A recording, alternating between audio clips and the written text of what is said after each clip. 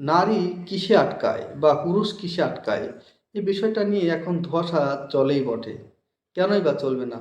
তামান্নার মতো একটা মেয়েকে যখন কোনো ছেলে ধোঁকা দিয়ে চলে যায়, তাহলে সে হিসেবে আমরা কিন্তু কতগুলো বলতেই পারি। তামান্নার ইচ্ছা ছিল বিজয় ভার্মার সঙ্গে একটা সম্পর্ক সৃষ্টি করা। তারা অনেক ডেটেও গিয়েছিল। কিন্তু বিয়ের কথা বলতেই বিজয় ভার্মা পিছপা হয়ে যায় এবং তামান্নাকে আ ছেড়ে এখন শোনা যাচ্ছে যে সারার কাছে চলে গেছে। এই সারা হলো আপনি এখন দেখতে পারবেন যে দঙ্গল মুভিতে যে মেয়ে হিসেবে ক্যারেক্টার করেছিল আমির খানের সেই কিন্তু। তো এখানে কি রেখে কি কোথায় যায় আমি সেটাই বুঝি না। কোনো অংশে কম ছিল তামান্না ভাটিয়ার, কোনো অংশে কমই ছিল না। তবুও বিজয় ভার্মা কি বুঝে, কি জেনে শুনে আবার তাকে ছেড়ে অন্যজনের কাছে চলে গিয়েছে। সত্যি এটা মানে আমার মাথায় আসে না। তাহলে কিসে আটকাবে পুরুষ? বা কিসেই নারী পুরুষকে ধরে রাখবে? অনেক সময় নিয়ে দ্বন্দ্ব চলে যে পুরুষ এটা আটকায় বা নারী এটা থাকতে চায় না। আসলে হয় কি ভাই? কিছুই নাই। তবে ব্যক্তিগত অমিল সবকিছু থাকতেই পারে। কিন্তু সবকিছু মানিয়ে নিয়ে গুছিয়ে একটা জীবনযাপন করার নামই হলো আসল জীবন।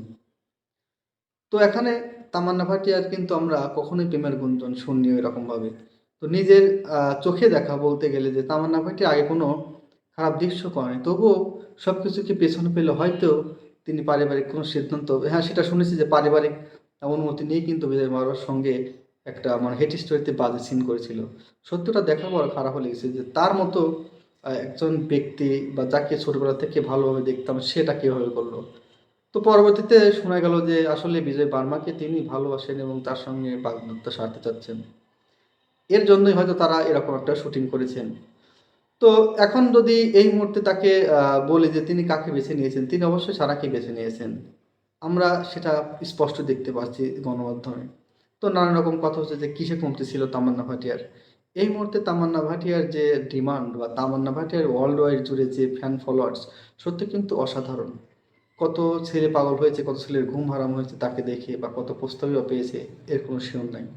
সবকিছু উপেক্ষা করে বিজয় বার্মাকে কিন্তু তিনি চেয়েছিলেন। বিজয় বার্মা তাকে চাননি। হয়তো ডেট করার পরে সবকিছু শেষ। তাহলে কি এখানে প্রশ্ন থেকে যায় যে নারীর দেহের প্রতি আকর্ষণ থাকে পুরুষের।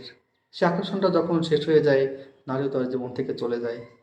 এমন একটা যদি কথা হয়েই থাকে তাহলে বিজয় বার্মার দিকটা সত্যিই ওই রকমই হবে।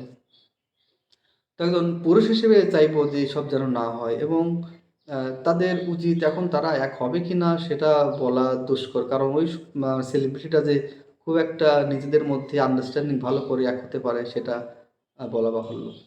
তবে তার উচিত হয়নি যে তামান্নার মতো একটা মেয়েকে ছেড়ে দেওয়া। তামান্না কোনো অংশে কম নয় এবং কোনো অংশে হাল ছেড়ে দেওয়া কোনো মেয়ে নয়।